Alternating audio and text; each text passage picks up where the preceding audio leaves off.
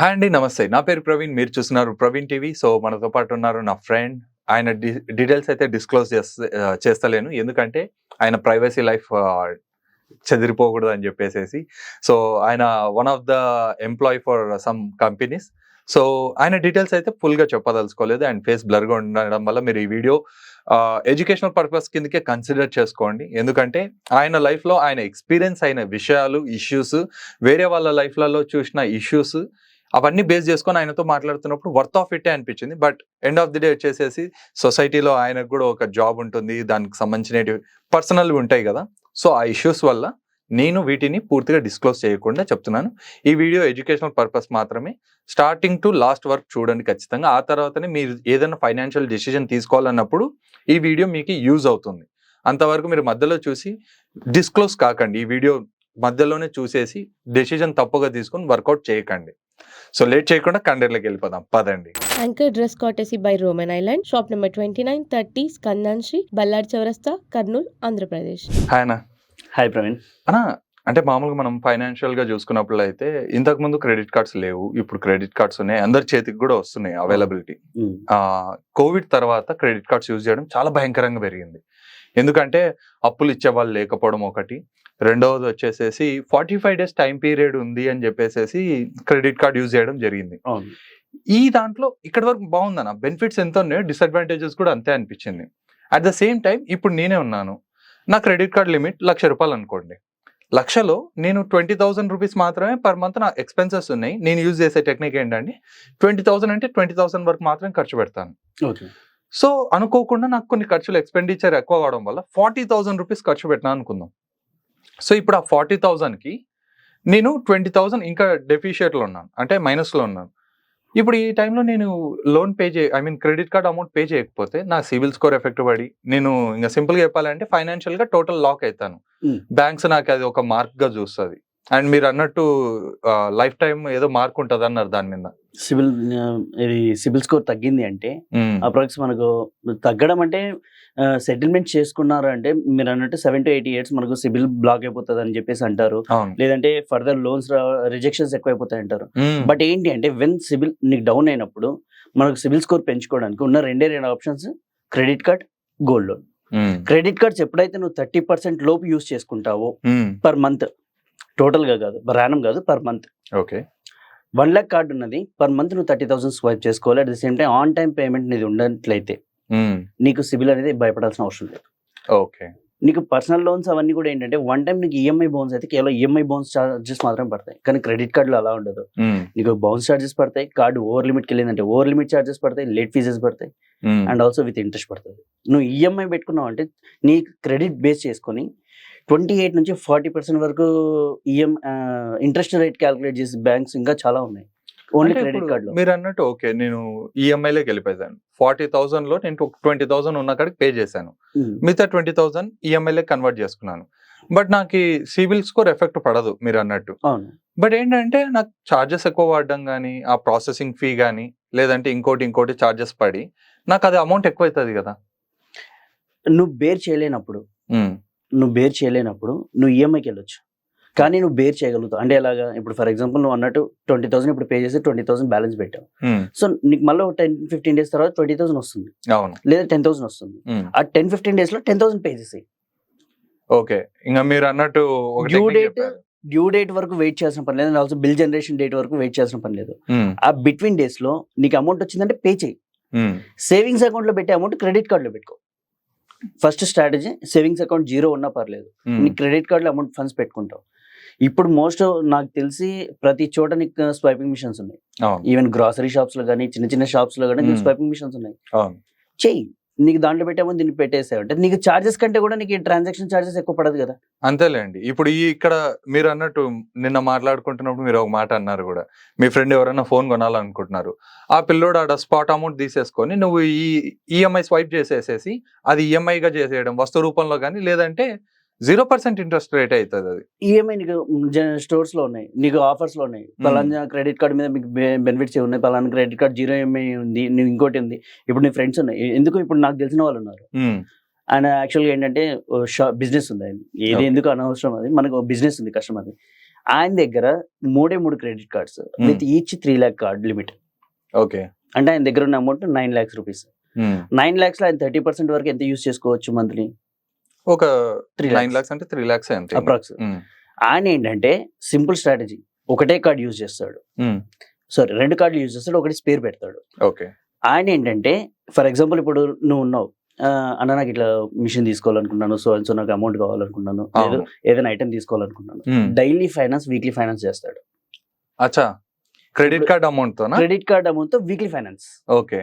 ఎలా అంటే ఇప్పుడు ఫర్ ఎగ్జాంపుల్ వీక్లీ ఫైనాన్స్ ఇప్పుడు మనం బయట చూస్తున్నాం 10,000 కి అప్రాక్స్ 1,800 1,200 పట్టుకొని మిగతా 8,800 ఇస్తుంటారు. అలా అది లీగల్ గా అని కూడా అంటుంటారు. అది ఎక్కడ వరకు అది లీగల్ ఇల్లీగల్ అది అవుట్ ఆఫ్, ఎందుకంటే ఇప్పుడు అవసరం ఉంది.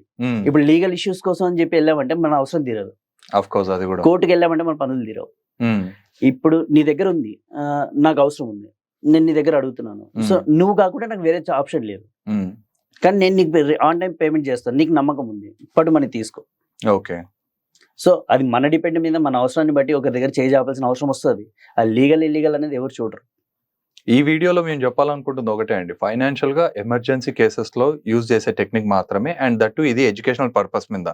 ఎస్పెషల్లీ ఏంటంటే మిస్కమ్యూనికేషన్ అవ్వడం కానీ, అంటే ప్రతి ఒక్కరు ఇట్లానే చేయాలని కాదు. ఈ unexpected things, unexpected expenses, like మన ఫ్యామిలీలో ఎవరో ఒక పర్సన్ ఎమర్జెన్సీలో పడతారు, ఆ టైంలో ఈ టెక్నిక్ చాలా ఇంపార్టెంట్ రోల్ ప్లే చేస్తారు. ఎందుకంటే బంధువులకు అడగాలి అంటే కూడా బంధువులు లేవు అంటే ఒక బాధ, అదంతా పక్క పెడితే కొంతమంది పెట్టుకొని కూడా లేదంటారు. ఈవెన్ ఈ కరోనా తర్వాత ఒక మనిషిని నమ్మి ఇవ్వాలంటే కూడా భయపడుతున్నారు.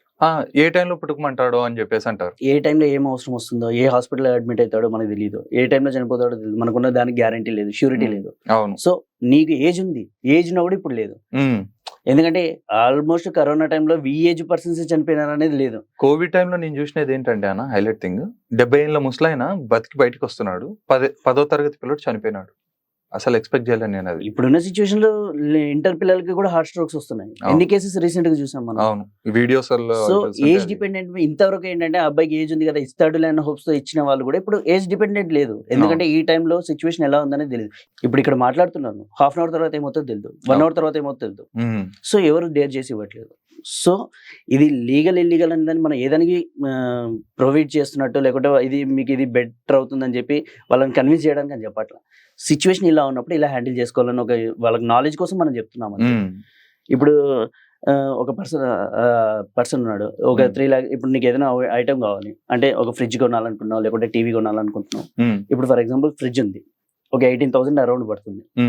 ఇతను ఏం చేస్తాడు, 20,000 కి అగ్రిమెంట్ తీసుకుంటాడు, అంటే వీక్లీ 2,000 రూపీస్ పే చేయాలి. ఓకే. అంటే మంత్ 10 weeks పే చేయాలి. ఇక్కడ ఏమవుతుందంటే ఈ పర్సన్ ఇచ్చిన అమౌంట్ ఉంటుంది కదా, ఇంకో క్రెడిట్ కార్డులో స్వైప్ చేసి దీన్ని పే చేస్తాడు. ఓకే. అది 18,000 ఇది పడి ఉంటుంది, 17,000 చేంజ్ పడి ఉంటుంది, 20,000 కి రాయించుకుంటాడు. ఆ క్రెడిట్ కార్డు బిల్ జనరేట్ అయిన తర్వాత ఇక్కడ ఏంటంటే నువ్వు బాగా గుర్తు పెట్టుకోవాల్సింది bill generation date, bill due date, statement generate అయ్యేది, statement generation date, statement due date. Okay. Statement generate అయిన తర్వాత యూస్ చేస్తేనే బ్యాంక్ వాళ్ళు చెప్పిన 45 days వస్తుంది. ఓకే. యా, లేదంటే 45 days ఇంట్రెస్ట్ కూడా కలిపి మనకు పడుతుంది. ఇప్పుడు ఫర్ ఎగ్జాంపుల్ మనది 10th బిల్ జనరేట్ అవుతుంది, మనం 12th తర్వాత యూస్ చేసుకున్నట్టయితే 45 days వస్తుంది. ఒకవేళ 10th బిల్ జనరేట్ అవుతున్నప్పుడు మనం 5th కానీ 6th కానీ యూస్ చేసినా కూడా 10th మాత్రం కంపల్సరీ బిల్ జనరేట్ అవుతుంది. Okay. Total 45 days depend on మనం యూస్ చేసిన బిల్ జనరేట్ స్టేట్మెంట్ డేట్ ఉంటుంది కదా, డేట్ తర్వాత యూస్ చేస్తేనే 45 days వస్తుంది. ఇప్పుడు ఫర్ ఎగ్జాంపుల్ ఇది జనవరి కంప్లీట్ అయిపోయింది, ఫిబ్రవరి ఉంది, February 10th ఇది బిల్ జనరేట్ అవుతుంది. ఓకే. February 1st నీకు అవసరం ఉంది, ఏం చేస్తావు, February 1st స్వైప్ చేసి 10th బిల్ జనరేట్ అవుతుంది. అవును. మళ్ళీ నువ్వు 21st కంతా పే చేయాలి. అవును. అలాగా టైం గ్యాప్ 10 to 20 days ఉంటుంది. బిల్ జనరేట్ అయినాక మనకు 20 days వస్తుంటాయి. అంటే నీకు 10th బిల్ జనరేట్ అయిందంటే నువ్వు మంత్ ఎండింగ్ 30th పే చేయాలి, 30వ తారీఖు. అవును. ఇక్కడ ఏమవుతుంది అంటే ఈ 10 days నువ్వు అది వర్క్ నీకు ఆగుతుంది, 10 days తర్వాత పే చేసినా మనకేం బర్డెన్ ఉండదు అనుకుంటే February 12th నువ్వు స్వైప్ చేసుకో. Okay. March 10th bill generate అవుతుంది. ఈ గ్యాప్ లో నీకు March 10th వరకు వెయిట్ చేయాలని లేదు, మధ్యలో అమౌంట్ వచ్చింది పే చేసేసి, అంటే బిల్ జనరేట్ కాకముందే పేమెంట్ చేసుకోవచ్చు. ఓకే. ఇక్కడ నీకు ఏంటంటే ఈ రెగ్యులర్ ట్రాన్సాక్షన్ వల్ల ఒకవేళ నీ డేట్స్ మిస్ అయినా కూడా, అంటే నువ్వు స్టేట్మెంట్ డేట్ మర్చిపోయినా లేకుంటే డ్యూ డేట్ మర్చిపోయినా పెద్ద ఇంపాక్ట్ ఉండదు. మనకు మళ్ళీ పేమెంట్ రీపేమెంట్ రొటేషన్ లో ఉంటుంది. ఇందాక మీరు అన్నట్టు 20,000 నేను ఈఎంఐ కింద కన్వర్షన్ చేయాలంటే కూడా నీ సిబిల్ బాగుందంటే ఒక్కొక్క రేట్ ఆఫ్ ఇంట్రెస్ట్ చేంజ్ అయిపోతుంది.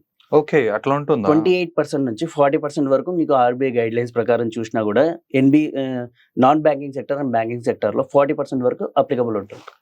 అంటే ఇప్పుడు నేను 22% 10,000 తీసుకున్నాను అంటే ఈఎంఐలో కన్వర్ట్, నా సిబిల్ స్కోర్ సరిగా లేకపోతే 40% పడుతుందా? 36% మినిమం పడుతుంది సిబిల్ బాగాలేకపోతే. బా, అరాచకం అవుతుంది కదా. 40% అంటే ఎంత వడ్డీ అవుతుంది ఇప్పుడు లెక్క? మూవీస్ లో నీకు చాలా మూవీస్ లో చూపించారు. ఆ, ఏది రీసెంట్ గా అజయ్ వచ్చింది, అజిత్ అజిత్.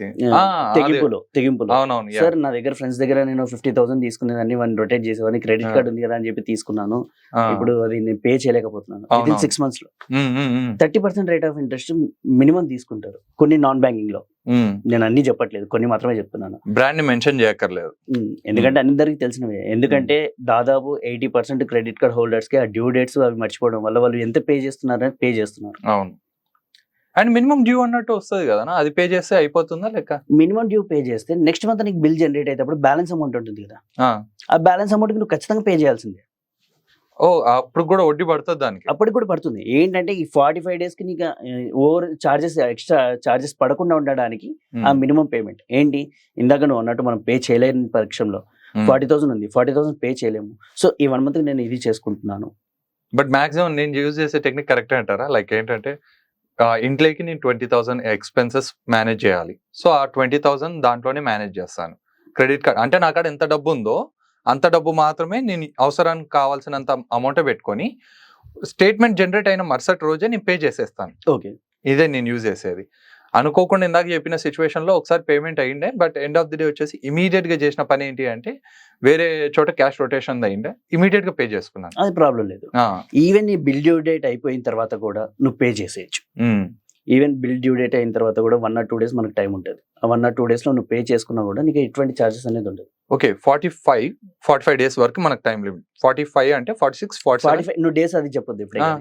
45 days కాదు, డ్యూ డేట్ మెన్షన్ చేసుకోవద్దు, డేస్ కౌంట్ చేసుకోవద్దు. ఓకే, నీకు ఎందుకంటే 45 days ఇప్పుడు ఉన్న ప్రజెంట్ నాలెడ్జ్ లేకుండా యూస్ చేస్తున్నారు 45 days టెక్నికే. డేస్ క్యాల్కులేట్ చేసుకుంటారు, ప్రతి ఒక్కరికి అదే ప్రాబ్లమే. మీ బ్యాంక్ వాళ్ళు 45 days చెప్పారు కదా అని చెప్పేసి. ఇందాక నేను అన్నట్టు 10th డ్యూ డేట్ ఉంటే, sorry 10th statement generation date ఉంటుంది, 6th or 7th యూజ్ చేస్తారు. నాకు 45 days ఉంది కదా అనుకుంటా, సెకండ్ మంత్ బిల్ జనరేట్ అయ్యే టైంకి వస్తుంది. ముందే మనం ఎక్స్పెక్ట్ చేసిన దానికంటే ముందే జనరేట్ అయ్యి ఉంటుంది. సో 45 days మనం మెన్షన్ చేయకూడదు ఎప్పుడే కానీ. Statement generation date, statement due date, ఈ రెండు మెన్షన్ చేసుకోవాలా, డేస్ కౌంట్ చేసుకోనికి లేదు. ఓకే, ఈ డే నుంచి ఈ డే ఎంత ఉంది అనేది అప్పుడు వేరే లెక్క. ఇప్పుడు బ్యాంకింగ్ డ్యూ డేట్ అయిపోయింది, నువ్వు డ్యూ డేట్ లో ఆల్రెడీ 20,000 పే చేసావు, ఇంకా 20,000 బ్యాలెన్స్ ఉంది. డ్యూ డేట్ అయిన తర్వాత 1 or 2 days లో నీకు అమౌంట్ వచ్చిందంటే పే చేసేసాయి. ఓకే, స్టేట్మెంట్ డేట్ వరకు వెయిట్ చేయి, స్టేట్మెంట్ డేట్ దాటిన తర్వాత మళ్ళీ యూజ్ చేసుకో. But end of the day వచ్చేసి అలర్ట్ గా ఉండడం చాలా ఇంపార్టెంట్ రోల్ కంపల్సరీ. వన్స్ ఒక్కసారి మన డేట్ మిస్ అయినా, ఈ క్రెడిట్ కార్డ్స్ ఎలా అంటే అప్పుడు ఊబిలో ఉడుకుపోయినట్టే. ఇప్పుడు ఓవర్ లిమిట్ ఉంటుంది, పర్ మంత్ 30,000 వరకు యూజ్ చేసుకోవాలి, 30,000 నుంచి యూజ్ చేసుకోవడానికి లేదు. 30% యూజ్ చేసుకోవడానికి ఏంటి అంటే అది నీ ఇప్పుడు ప్రజెంట్ నీ ఫైనాన్షియల్ సిచ్యువేషన్ ని క్రెడిట్ బ్యూరో వాళ్ళకి ఇదే చెప్పేది అదే. ఓకే, వాళ్ళు ఇన్స్ట్రక్షన్ ఇచ్చేది అదే. లేదు, నీ స్ట్రెంత్ ఏంటి, నీ ఫైనాన్షియల్ సిచ్యువేషన్ ఏంటి, అచ్చా ఓకే, నీ ఇప్పుడు ప్రజెంట్ నువ్వు బాగుందా, వెల్తీగా ఉన్నావా, లేకుంటే ఫైనాన్షియల్ ప్రాబ్లమ్స్ ఫేస్ చేస్తున్నావా, ఇదంతా కూడా నీకు చూపించేది, రిఫ్లెక్ట్ అయ్యేది సిబిల్ స్కోర్ లోనే. ఓకే, సిబిల్ స్కోర్ లో 750+ ఉంది అంటే ఆల్వేస్ ఎలిజిబుల్ ఫర్ లోన్స్. అంటే ఇల్లు కట్టుకోవాలన్నా, ఏదైనా ప్లాట్ తీసుకోవాలన్నా నీకు మార్గేజ్ లోన్స్ లో అన్నిట్లో నీకు అప్లికబుల్ ఉండేది. ఫస్ట్ నీకు ఏదానికన్నా లోన్ వెళ్ళండి అబ్బా, లీగల్ గా we're ready to take any kind of loan. మీ సిబిల్ బాగుందంటే నీ ఫైనాన్షియల్ స్టేటస్ మొత్తం నీకు రిఫ్లెక్ట్ అయ్యేది సిబిల్ లోనే. కరెక్ట్. ఒకడు ఒక ఈఎంఐ బౌన్స్ చేశాడు అంటే వాడి దగ్గర ఏంటి అమౌంట్ లేదనే కదా, అమౌంట్ ఆ టైంకి లేదు, ఈఎంఐ బౌన్స్ అయిపోయింది, 2-3 ఈఎంఐ బౌన్స్ అని వెంటనే సిబిల్ చూపించేస్తుంది. వాడు ఫర్దర్ నేను ఆడ ఈ హోల్ ఈ అప్పు పూర్తి చేయాలి, ఈ అప్పు క్లియర్ చేయాలంటే ఇంకో చోట అప్పు తీయాలి. వాడు ఈ అప్పే కట్టలేనప్పుడు ఇంకొక అప్పు ఎలా వస్తుంది, కష్టమవుతుంది. అన్నిటికీ లింక్ అయ్యేది సిబిల్ స్కోర్. ఆ సిబిల్ స్కోర్ బేస్ చేసుకుని ఉన్నది నీ ఫైనాన్షియల్ స్టేటస్ ని రెండింటిని కంపేర్ చేసుకుని నీకు బ్యాంక్ వాళ్ళు ప్రొవైడ్ చేసే లోన్స్ అన్ని కూడా ప్రొవైడ్ చేసే దాని నుంచి. And that to rate of interest కూడా సిబిల్ స్కోర్ ని బేస్ చేసుకొని వేరియేషన్ వచ్చేస్తుంది. ఇప్పుడు బ్యాంక్స్ లో ఉన్నాయి, నీకు బ్యాంక్స్ లో లోన్ ఎలిజిబిలిటీ ఉంటుంది. వాడు ఏంటంటే బ్యాంక్ వాళ్ళు ఏంటంటే 750+ ఉంటేనే నీకు బ్యాంక్ వాళ్ళు లోన్స్ అప్రూవ్ చేస్తారు. ఇప్పుడు నాన్ బ్యాంకింగ్ ఉంది అంటే ఇప్పుడు ఇన్స్టెంట్ యాప్స్ వస్తుంది, 700+ ఉన్న చాలు సార్ మీకు ఇంత నుంచి ఇంత అని చెప్పేసి చెప్తారు. ఇక్కడ ఏమవుతుందంటే నువ్వు ఇన్స్టెంట్ యాప్స్ లో రేట్ ఆఫ్ ఇంట్రెస్ట్ చేంజ్ అయిపోతుంది, ఎక్కువ భారీగా ఉంటుంది. అది హ్యాండిల్ చేయలేము, అది చేయలేము. ఇంకా మీరు అన్నట్టు నిజంగా ఒక అప్పు చేయడానికి ఇంకో అప్పు, ఆ అప్పు పూడ్చడానికి ఇంకో అప్పు, అంతే ఇది అయిపోతుంది. సో మన ఫైనాన్షియల్ స్టేట్, మన ఇన్కమ్ ఎంత ఉంది, మన ఇన్కమ్ లో కెపాసిటీ 40%, క్రెడిట్ కార్డ్ లో 30% వరకు యూజ్ చేసుకో, కానీ ఇన్కమ్ లో 40% కంటే ఎక్కువ అప్పు తీసుకోవద్దు. ఇప్పుడు నీకు మంత్లీ 20,000 తీసుకుంటున్నావు, 8,000 ఈఎంఐస్ పెట్టుకో, అంతే. 12,000 నీకు ఖర్చులు పడుకో. అండ్ ఇంకోటి ఇర్రిలవెంట్ గా ఒకటి ఉంటది, అంటే క్రెడిట్ కార్డ్ కోసం చూసింటారు, బట్ కొంతమంది ఈ వీడియో చూసే వాళ్ళు ఇండ్లు కూడా కొనింటారు. అన్న ఒకటి చెప్పారు నాకు బాగా నచ్చినది. సో ఇండ్లు కొనాలి అనుకున్నారు అంటే 40% అమౌంట్ చేతిలో పెట్టుకొని ఇండ్లు కొనడానికి వెళ్ళాలి. వాళ్ళు మనకి 80% ఇస్తారు లోన్, రేట్ ఆఫ్ ఇంట్రెస్ట్ అన్ని బాగుంటాయి. 80% వచ్చినప్పటికి 20% పే చేసి 80% లోన్ తీసుకున్నా కాబట్టి మిగతా 20% ఇంటి కోసమే అమౌంట్ రెడీగా పెట్టుకోవాలా, ఈఎంఐస్ పే చేసుకోవడం కోసం. ఎప్పుడు ఏమవుతుందో తెలియదు. సో మనకు 20% అమౌంట్ చేతిలో ఉంది అంటే ఈవెన్ ఒక 2-3 months మినిమం టైం డ్యూరేషన్ దొరికే విధంగా మనం అమౌంట్ ఏదైనా, ఈవెన్ హోమ్ లోన్ కాదు, ఏ లోన్ అయినా సరే ఒక 20% మన లోన్స్ అనేది కూడా బేర్ చేసుకోవడానికి 2 or 3 months మనం రెస్ట్ తీసుకున్నా కూడా మనం ఈఎంఐస్ పే చేసుకునేటట్టు ఉన్నాము అంటే ధైర్యంగా లోన్ తీసుకోవచ్చు. సో చూసారు కదండి, ఇది వాళ్ళ వీడియో. ఈ వీడియో మీకు నచ్చినట్లయితే ఖచ్చితంగా లైక్ చేయండి. ఈ వీడియో ఎవరికైనా షేర్ చేయాలనుకుంటే, ఫైనాన్షియల్ గా ట్రబుల్ అయ్యే వాళ్ళకి ఖచ్చితంగా షేర్ చేయండి. ఇంతటితో సెలవు తీసుకుంటూ మీ ప్రవీణ్, సైనింగ్ ఆఫ్.